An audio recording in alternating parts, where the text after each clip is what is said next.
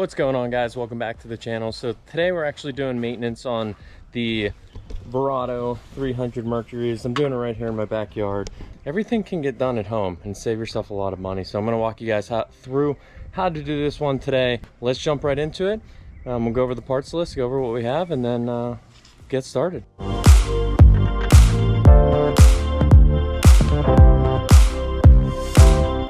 So I ordered all of my stuff right here off of partsvoo.com. The pricing is pretty good, so I want to say it was like 300 bucks to do the whole thing for 2 engines, that is. So you have all your gear lube, your fuel filters, your oil filters, your synthetic blend 25W40. This is really all you're going to need right here. So to take off the oil bolt, it is a 5/8 wrench there. So you're going to need that. To help take off the oil, I used this tubing right here. I believe it's 1/2 inch or 5/8 inner diameter. You need a bucket. I like to put kind of a hole in the top of that bucket so that the oil can sit down in it. And then to take off the prop, this is a prop tool you can get from partsvoo.com. That will help take it off. You need a block of wood. I usually wrap it in a towel so you can help take that propeller off. Once you get it off, you will need some grease. Then that's really for the propeller. Once you get that off, you are going to have to switch the oil, so you will need a flathead screwdriver, or if it is really tight, which probably shouldn't be, it's a 7/16 wrench. And then this is a pump for the gear lube that'll help get that gear lube off for you. That's to take off the prop, replace the oil, replace the lower drain unit oil. Now to replace the oil filter, this is just an oil filter. This is a regular socket wrench with a filter attachment here. And then to replace the oil, all you're gonna need is a nice funnel. And that's about it. Use some Corrosion Guard on the engine at the end, and you are good to go. You'll start by removing the cowling. You're just going to press down on the latch, the top, and use that pull handle, pulling your cowling right off. Just set it down somewhere safe so you can reinstall it at the end.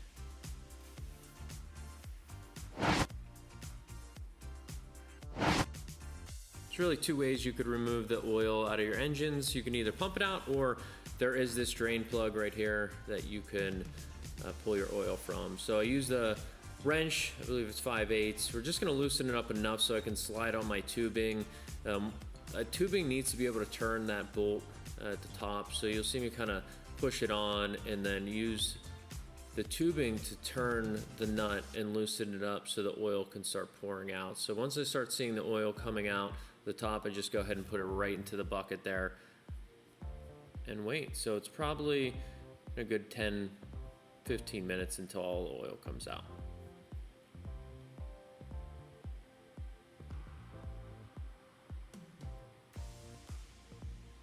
Once the oil is all out, you can actually use the tubing to retighten that bolt as much as you possibly can. And then once it is tight, go ahead and pull that thing out. Make sure you have no leaks, wipe up all the excess oil, and then you can use your wrench and just tighten it up just a bit. Just make sure you don't over tighten. Alright, so next step, we're going to remove that oil filter. So go ahead and use your oil filter wrench. I'm trying to loosen it up enough so you can hand remove it. Once you get it off, go ahead, be careful. Some oil will come out of the top, so you want to make sure you don't spill. Putting the new oil filter on, I usually wipe a little bit of new oil on the top, and then go ahead and hand tighten that. You don't want to use anything else but hand tightening.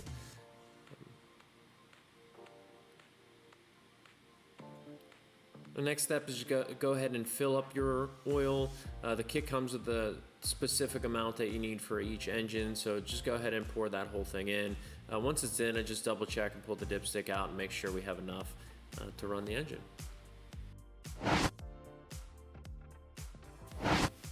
And now it's time to remove your fuel filter. So it actually has 3 click connections and a click electrical connection. So go ahead and undo the electrical one first, and then you're just going to push down on each one of the red click connections. So if you can do it by hand, great. If not, you need to use a screwdriver to be able to push them down and kind of wiggle those connections off.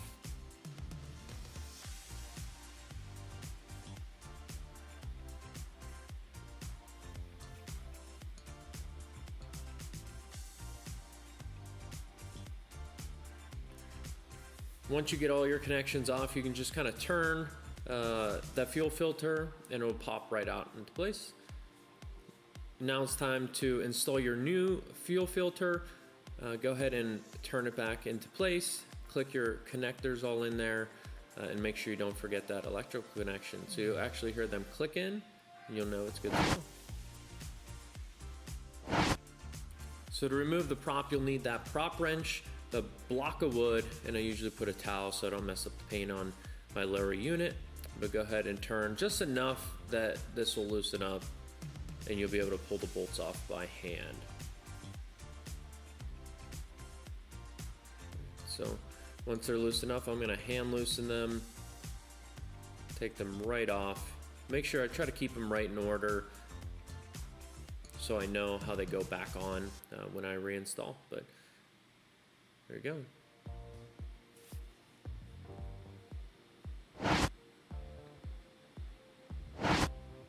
Now it's time to change that lower unit oil.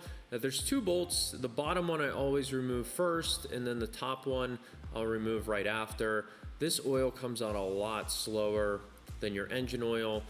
Typically it's about 30 minutes per, but you can see the two different bolts. You have the one at the bottom and the one at the top. The one at the bottom is where that oil is going to drain from.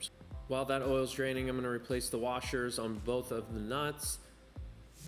So I'm ready to reinstall. So now I'm going to take that pump for my gear lube. I'm going to put it into the lower bolt hole, and I'm going to use the pump nozzle and go ahead and stick that right back into the gear lube. And I'm going to pump this in until I actually start seeing gear lube come out of the top nut. It's usually a little bit over half of the bottle will end up going in before you're really filled.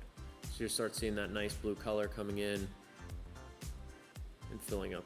With that bolt, once the oil starts coming out of that top hole, you're gonna go ahead and stick that bolt in there and stop the flow out of the top.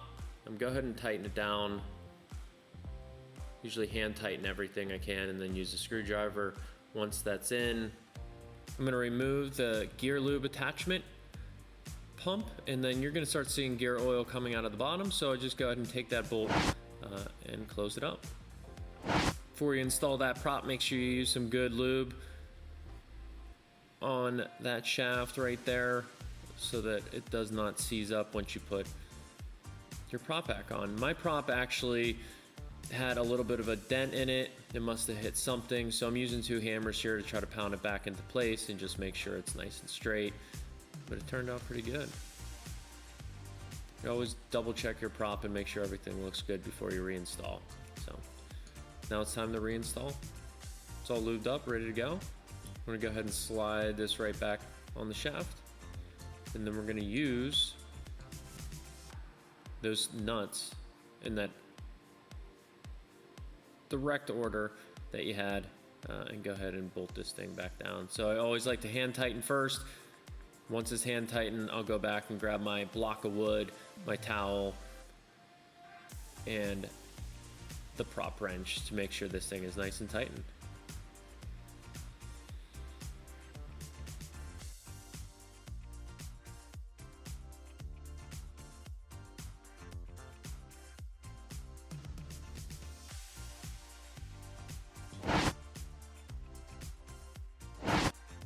Last but not least, before we close up this engine with the cowling, we're going to use some Corrosion Guard. You can spray this stuff all over your engine, try to prevent some rust and just those wires, electrical connections, and everything else in there kind of corroding from the salt water. Feel free to layer it on pretty good. So once you did that, go ahead and throw your cowling back on. It's almost time to hit the water. Tighten her down, click her into place. Don't forget those fuel water separators. Make sure you unscrew those and replace as well, and you're good to go. All right, so we got everything put back together. We're gonna drop her down. Take it for a little test run here and see how she's running.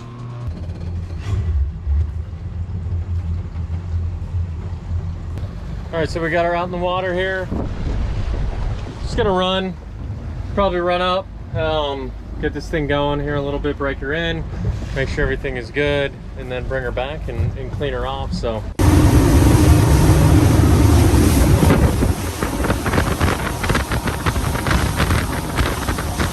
All right, so all looks good here. Everything's peeing well. Last thing we're gonna do here, just going into our Mercury maintenance here. And we are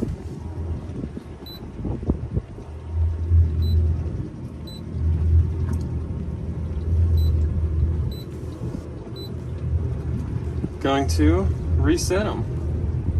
100 hours? Yes, it has. 100 hours? Yes, it has. There we go. All